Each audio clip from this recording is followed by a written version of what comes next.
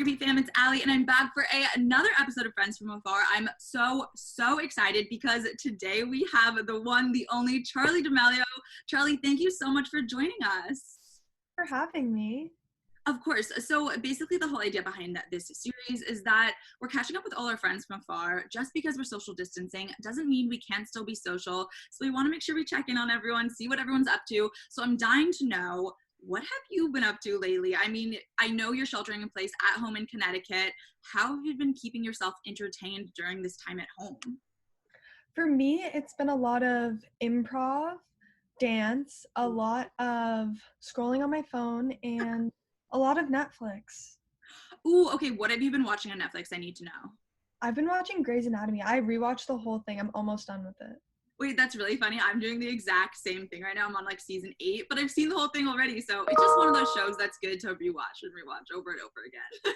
For sure. So I'm curious, does being at home make it easier or harder as a creator? Like, obviously you have more time on your hands, but at the same time, I feel like there's this extra pressure to constantly be posting and constantly be online.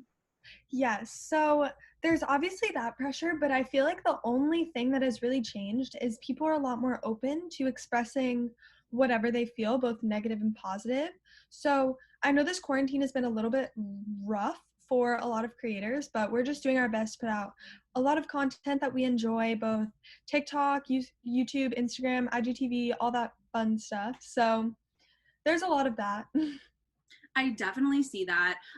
And you know, one thing that you obviously can't do while you're quarantining at home when it comes to all things like creating and TikTok is collaborate easily with other, you know, creators. And I mean, you've had the opportunity to team up with so many amazing people. Obviously, Jennifer Lopez is a huge one. My personal favorite, you've done stuff with David Dobrik. Even Justin Bieber was sliding into your DMs the other day. Who is the most surprising, I guess, like celebrity that has reached out to you and has kind of identified themselves as a Charli D'Amelio fan?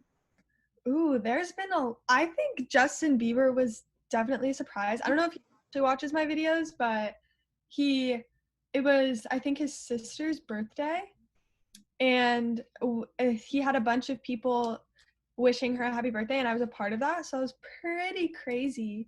But I think it's just, there was this TikTok chain that was like, this person staring at this person, staring at this person, and I was in it, my sister was in it, David Dobrik, Tyga, NLE Choppa, Madison Beer, David Dobrik, did I say that? Yeah, but it's okay, he deserves it twice.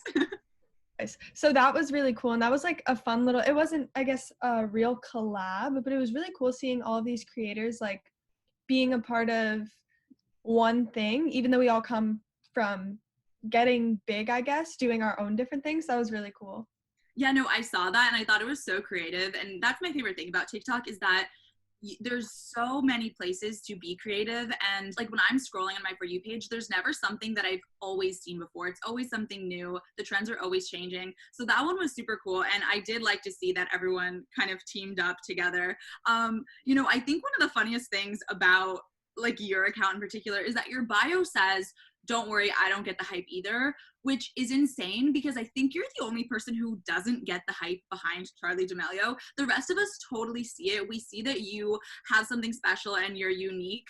But at the same time, that's the reason why you are that way, because you don't see your own hype. I absolutely love it. You have over 57 million followers, and I'm sure there are moments where that number just seems enormous. How do you kind of deal with that overwhelming feeling that, you know, there are so many people that follow you? I don't think I've had the realization yet. It's like, I've almost been on TikTok for a year, but it just doesn't feel real because I feel like I'm like the same person that I was before, so it doesn't feel like there's been this super big change, even though there obviously like has been. Mm-hmm. But it's just crazy. I don't think I've been able to comprehend it yet, but when I do, that I'm scared. Okay, let me know then. So you say you've been on TikTok for almost a year now. Obviously, it's been a crazy whirlwind of a year. What have you learned over the course of these past 12 months since joining the app? I have learned so much from every person I've met. Each person that I meet, there's been something special. Like my friend Maddie Monroe, she's taught me how to just be so confident in myself that your confidence helps other people make other people feel better. Madison Beer, she teaches me how to believe in myself no matter what I'm doing. James Charles, he teaches me how to just be the best version of myself I can be. Like, each person I've met just gives me something different, and I just think that's so crazy and something I never really thought would happen. But after meeting these people that I've been watching my whole life, it's really cool to see how they are. Yeah, I love all three of them. And, you've had the opportunity to, through TikTok, meet so many people, which is really exciting. I think it really brings so many people together. So obviously, I think that you've contributed so much to the app where it is today. It didn't used to be as much of a dancing platform. Obviously, it was there, and now I just identify it so much with that. Can you break down, like, what are the top TikTok for Dummies moves that someone would have to know before joining TikTok? What are, like, those 3 moves that we should master before taking it to the next level when it comes to all things choreo? I think that it's obviously the whoa. The whoa is in almost like every TikTok dance there Okay. is. So it's just like, Okay, got it. okay. Another one, everyone's always got like the 2 elbows. I feel like that's always in it. Yeah, perfect. Thank you. Another one would probably be a body roll. There's always a body roll in a dance. All right, I cannot master the body roll. I'm just going to keep watching TikTok until I get it, keep practicing, and I'll make it perfect. All right, so those 3, the whoa, the body roll, and whatever we're calling this. TikTok, whether it's those moves or just kind of the power behind having such a huge platform, has really opened a lot of doors for you and given you a lot of really cool opportunities. One of those being Stardog and Turbocat, which I'm so excited. You guys, if you don't know, it's a brand new animated movie coming out on June 19th.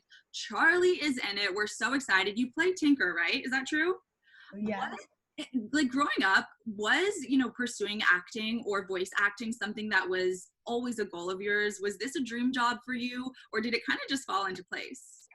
So I had always never thought outside of the box past being on a dance team and trying to dance professionally. So after being presented with the opportunity to actually try voice acting and just see if I like it, I was a little bit nervous at first, and I was like, I don't know, I feel like it's just not my thing.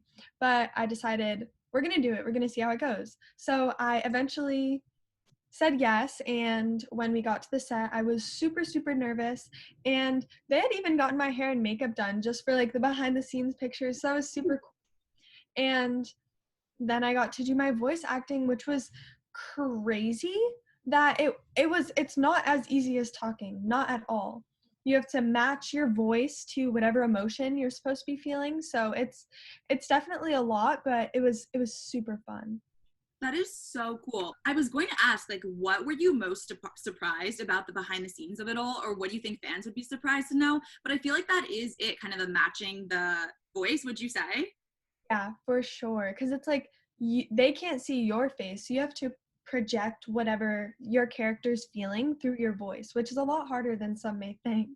No, I believe you. Trust me. So the movie is all about kind of discovering your inner superpower. I'm super curious. I think that's such a fun theme. If you could have any superpower in the world, what would you pick? I think mine would either be time travel or teleportation because although I do take a lot of planes to get from place to place, teleportation would be a lot easier. No, it would be so easy. Where's the first place you would teleport to? The Bahamas, for sure. Ooh, you were just there, like, right before all of this madness broke out in the world, right? Yes. Ooh, okay. So we've talked about TikTok, and we've talked about the movie, which I'm so excited about. What's next for you? In the last year, you've taken the world by storm. I know that you and Dixie have a podcast coming out super soon, or hopefully soon. We'll keep our fingers crossed. Do you have any other big goals that you're hoping to achieve in, say, the next year? So I'd say for me, it's more continuing to do the stuff that I find fun, hopefully more voice acting. I'd love to get into a little bit more of actual dance performances instead of just TikTok dancing, because that's something that I've definitely been super passionate about. And just trying new things. I feel like I've tried everything, but there's always something new. So I'm excited to see what else I can do. All right, we'll keep our eyes open. And you have so many talents. TikTok has given you the opportunity to showcase those in so many different ways, whether it be dance, whether it be voice acting, whether it be podcasts, and all of these other exciting opportunities that, you're taking steps towards now. Do you have an ultimate career goal? Like, where do you see yourself down the line 10 years from now?